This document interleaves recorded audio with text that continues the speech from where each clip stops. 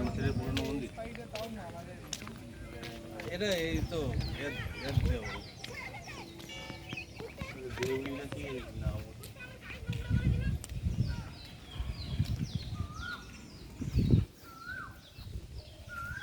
হাজার বছরের এটা রাজই থাকতাম তাহলে এই সময়কার ইটটা কি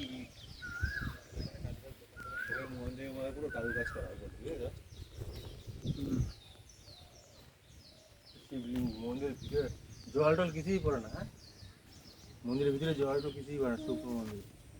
আর্থিংটা পুরো সেই উপর থেকে করা আমি দেখছি, এই আর্থিং। হ্যাঁ হ্যাঁ, ওই আর্থিংটা সেই উপরে দেওয়া, ওখান থেকে একদম আর্থিংটাই পুরো মাটির মধ্যে ঢুকে যাবে, ঢুকে যাবে।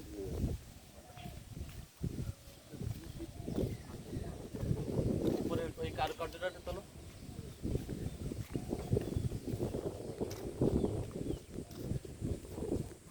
এই যে এই কারুকার্যটা উপরে কারুকার্যগুলো